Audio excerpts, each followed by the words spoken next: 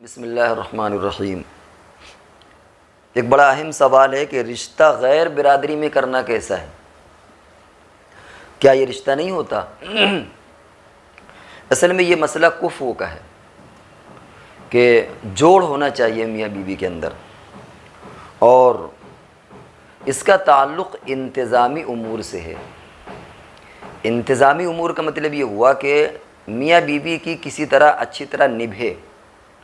شریعت نے یہ جو کفو بیان کیا ہے کہ میاں بیوی کا آپس میں جوڑ ہو، جس کو ہم یوں کہہ دیتے ہیں کہ ایک برادری ہو، اس کا منشا شریعت کا یہی ہوتا ہے کہ دونوں میں بگاڑ پیدا نہ ہو، آپس میں ازدواجی زندگی اچھی طرح گزرے۔ ورنہ نکاح ہونے کے لیے مسلمان ہونا کافی ہے، لڑکا اور لڑکی دونوں مسلمان ہیں، خواہ کسی بھی برادری کے ہوں، نکاح ہو جائے گا۔ اب ہوتا یہ ہے کہ کہیں کہیں پر اتنی شدت ہوتی ہے کہ لوگ لڑکوں کو بٹھا لے رہتے ہیں، لڑکیوں کی عمر زیادہ ہوتی رہتی ہے، لیکن چونکہ برادری سے رشتہ نہیں آ رہا لہذا وہ رشتہ نہیں کرتے۔ بہت سے لوگ کہتے سننے میں آتا ہے کہ صاحب ہڈی دیکھنا چاہیے۔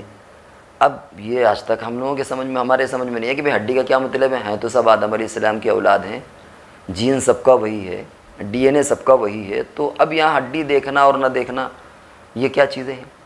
زیادہ زیادہ اگر شرافت ہے تو قرآن پاک نے فرما دیا ان اکرمکم عند اللہ اتقاکم، کہ تم میں سب سے زیادہ اللہ کے یہاں مکرم اور محترم بندہ وہ ہے جس کے اندر تقوی زیادہ ہے۔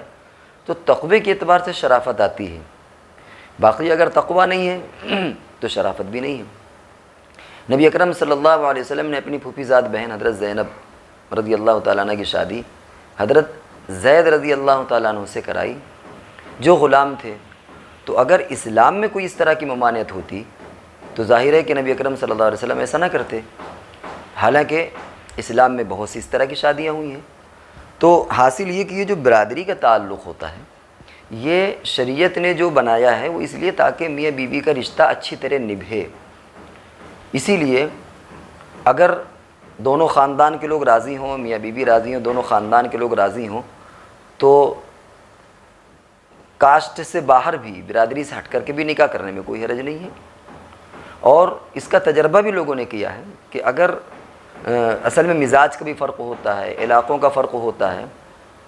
مثال کے طور پر بعض علاقوں میں بعض برادری والے ایسا ہوتا ہے کہ وہ چاول میں بھی یا بریانی پکے یا چاول پکے تو اس میں گھی ڈالتے ہیں، اور بعض علاقوں میں تیل ڈالتے ہیں۔ اب مثال کے طور پر سردی کا موسم ہے اور ایسے علاقے کا لڑکا اور دوسرے علاقے کی لڑکی آپس میں شادی ہو گئی۔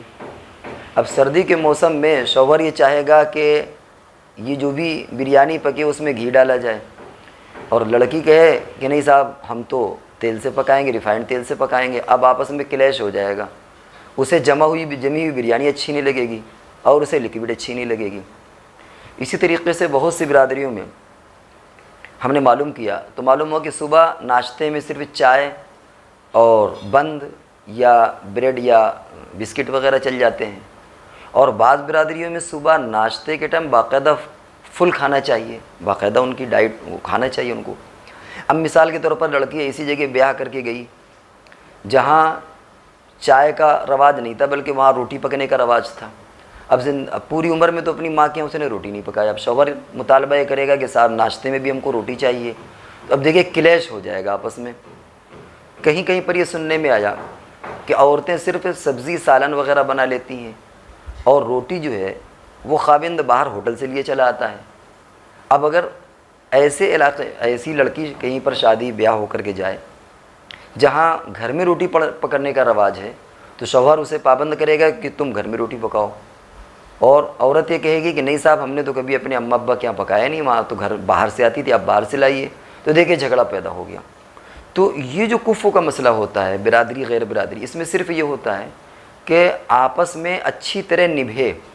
اب یہ بہت سی یہ ہم نے بطور ایک دو مثالیں دی ہیں، ورنہ ہر جگہ پر یہ چیزیں پیدا ہوتی ہیں، پھر رشتے ٹوٹنے کی نوبت آ جاتی ہے۔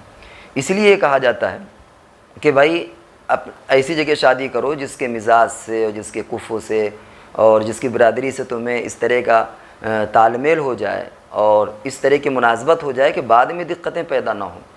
تو لیکن ہم لوگوں نے اس کو اس طرح پکڑ لیا ہے کہ جیسے ایک برادری سے دوسری برادری میں شادی ہی نہیں ہو سکتی، اب لوگوں نے اتنا زیادہ اس کو مضبوطی سے بعض جگہوں پر پکڑ لیا ہے، اس پر اس طرح عمل ہوتا ہے کہ اگر خدا نہ کرے کہیں کسی نے دوسری غیر برادری میں شادی کر دی، خاص طور سے لڑکی کی، تو کہیں اس کا حقہ پانی بند کر دیا جائے، یا یہ کہ اس کا ناطقہ بند کر دیا جائے، پھر اس کے گھر میں کوئی شادی نہ کرے۔ یہ سب چیزیں خلاف شریعت ہیں۔ تو اخیر میں پھر ایک بار ذہن میں رہے کہ یہ جو کفر اور برادری، یہ شرعی چیزیں اس حیثیت سے نہیں ہے کہ شریعت کے اس سے کوئی لینا دینا نہیں ہے۔ شریعت تو صرف یہ کہتی ہے کہ میاں بیوی کے لیے دونوں کا ہم مذہب ہونا ضروری ہے، دونوں مسلمان ہو، اتنی چیز ضروری ہے۔ باقی چیزیں جو ہیں وہ انتظامی امور کی ہیں، اور انتظامی امور کا مطلب یہ ہے کہ یہ رشتہ نبھے، ایسا نہ ہو کہ شادی ہونے کے بعد طلاق کی نوبت آ جائے، چھوٹی چھوٹے بول کی نوبت آ جائے۔ اس لیے شریعت نے پہلے سے بریک لگا دیا ہے کہ اس طرح شادی نہ کی جائے کہ آگے جا کر کے ہم کو یہ کڑوا گھونٹ پینا پڑے۔ تو برادری کے تعلق سے شریعت کو کوسنا غلط ہے کہ صاحب شریعت میں برادری واد ہے، ایسا کچھ نہیں ہے۔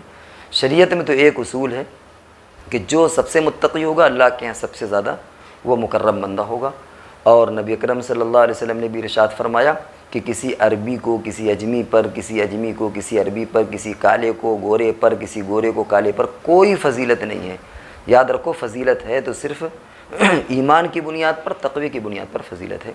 تو اس لیے یہ جو ہمارے یہاں ضرورت سے زیادہ برادری کا اس طرح رواج پڑ گیا کہ وہ لڑکیاں جوان ہو جاتی ہیں، لڑکیوں کی شادی نہیں ہوتی اس لیے کہ برادری میں رشتہ نہیں ہو رہا، کم سے کم ہمیں اس لعنت سے اور اس رسم سے اپنے آپ کو، اپنے معاشرے کو بچانا چاہیے۔